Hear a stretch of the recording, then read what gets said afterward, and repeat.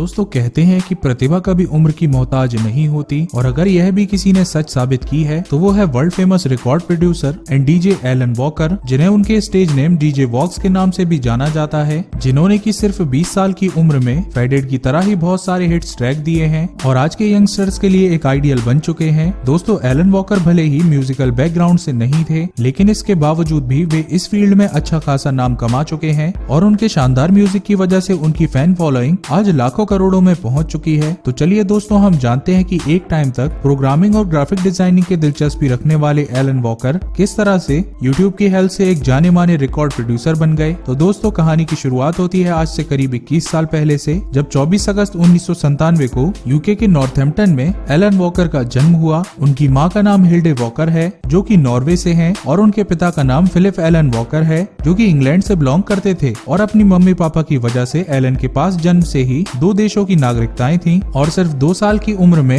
Elon अपने माता पिता और अपनी बहन के साथ नॉर्वे के शहर बर्गन शिफ्ट हो गए। एलन का जन्म चूंकि उस टाइम हुआ था जब दुनिया में काफी हद तक टेक्नोलॉजी बढ़ चुकी थी, पर एक डिजिटल दुनिया में पैदा होने की वजह से आम बच्चों की तरह उनकी भी दिलचस्पी कंप्यूटर में बहुत जल्दी ही हो गई थी, और इसी तरह से उन्होंने आगे चलकर प्रोग्रामिंग और ग्राफिक डिजाइनिंग सीखा। हालांकि वे म्यूजिक का शौक बचपन से ही रखते थे और इसलिए उन्होंने यूट्यूब की हेल्प से म्यूजिक सीखना स्टार्ट किया और म्यूजिक प्रोडक्शन से जुड़े हुए बहुत सारे ट्यूटोरियल्स भी देखे। और फिर 2012 में जब वे डेविड विसल का एक ट्रैक सुन रहे थे, तभी उन्होंने खुद भी एक म्यूजिक प्रोड्यूसर बनने का सोचा, और इसके बारे में ज्यादा जानकारी के लिए वे एक इटालियन डीजे से मिलने जा पहुंचे। एलन को EDM इलेक्ट्रॉनिक म्यूजिक शुरू से ही पसंद थी और वो EDM प्रोड्यूसर K391 से काफी प्रभावित थे। और फिर सारी जानकारी कलेक्ट करने के बाद उन्होंने जुलाई 2012 से अपनी म्यूजिक प्रोडक्शन की शुरुआत की और एक सॉफ्टवेयर FL स्टूडियो से म्यूजिक बनाना शुरू किया। इसके बाद वे ऑनलाइन फ्रेंड्स की सलाह से एलन ने अपने म्यूजिक प्रोडक्शन को एज अ करियर शुरू कर लिया, और फिर धीरे धीरे उन्होंने यूट्यूब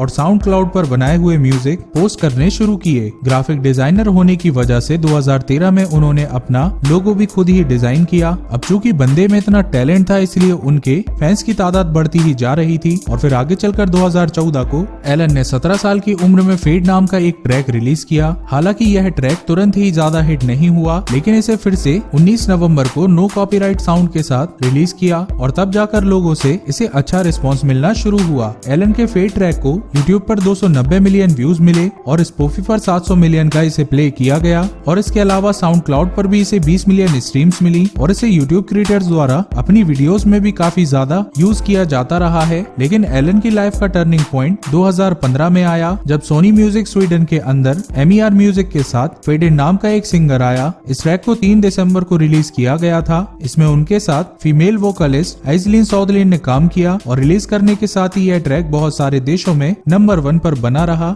iTunes चार्ट के हिसाब से यह 32 देशों के टॉप पर था, और इस ट्रैक पर लगभग 1.5 बिलियन यूट्यूब व्यूज हैं, और यह सॉन्ग उस टाइम यूट्यूब के 10 सबसे ज्यादा देखे जाने वाले वीडियोस में शामिल हो गया था। इस गाने के बाद से एलन वॉकर मानो रातों रात ही स्टार बन गए थे, और उनकी लोकप्रियता इस गाने के आ जाने के बाद भी कई गुना बढ़ गई थी। अब लोग एलन वॉकर के स्टाइल को पसंद करने लगे थे। फेडेड की सफलता के बाद एलन ने अपना हाई स्कूल छोड़ दिया और अपना पूरा ध्यान म्यूजिक करियर पर केंद्रित कर दिया। 27 फरवरी को एलन ने नॉर्वे की राजधानी ओस्लो में हुए विंटर एक्स गेम में अपने लाइव परफॉर्मेंस को शुरुआत की, जहां उन्होंने फेडेड के अलावा 14 और भी ट्रैक्स परफॉर्म किए। मार्च 2016 तक वे 30 से 40 ट्रैक प्रोड्यूस कर चुके थे, और इसके बाद से ही एलन के काफी सारे ट्रैक्स आते रहे, जिसमें से एक सिंग मी टू स्लीप था, जिसमें की फीमेल वोकलिस्ट आइजलिन दोबारा एलन के साथ देखी गई। यह ट्रैक काफी हिट था और बहुत सारे देशों में टॉप पर भी रहा। इस ट्रैक पर अब तक यूट्यूब पर 374 मिलियन व्यूज आ चुके हैं, और इसको स्पॉटिफाई पर 110 मिलियन से ज्यादा बार प्ले किया जा चुका है। इस ट्रैक के बाद उनका एक सिंगल अलोन आया, और यह भी लोगों को काफी पसंद आया था, और इसमें एक स्वीडिश सिंगर जिसका नाम नाओनी बाओ था, उन्होंने काम किया। इस ट्रैक पर अब तक यूट्यूब पर 545 मिलियन व्यूज आ चुके हैं, और स्पॉटिफाई पर भी इसको 100 मिलियन से भी ज्यादा बार प्ले किया गया है। 23 दिसंबर 2016 को एलन वॉकर ने अपना एक और सिंगल रूटीन की वीडियो रिलीज की, जिसका प्रीमियर उन्होंने बर्गन में हुए कॉन्सर्ट में किया था। यह ट्रैक उन्होंने डेविड विसल के साथ मिलकर बनाया था, और जिनको देखकर एलन ने म्यूजिक करियर में दस्तक दी थी। आज वे उन्हीं के साथ काम कर रहे हैं, और एलन के लिए इससे बड़ी बात तो कुछ भी नहीं हो सकती है। कुछ ही समय में लोगों के दिलों में राज करने वाले एलन वॉकर की उम्र अभी कुछ 20 साल और कुछ ही महीने है, और इसी बात से साबित हो जाता है कि प्रतिभा कभी भी उम्र की मोहताज नहीं होती है। अभी तो यह एलन की सफलताओं की शुरुआत है, आगे चलकर तो वो न जाने कितनी ऊंचाइयां छुएंगे। उम्मीद है कि एलन वॉकर की यह लाइव स्टोरी जरूर पसंद आई होगी। आपका बहुमूल्य समय देने के लिए बहुत बहुत धन्यवाद। इस वीडियो को लाइक करके आप अपने दोस्तों के साथ शेयर जरूर करें और साथ ही साथ हमारे चैनल को सब्सक्राइब करना ना भूलें।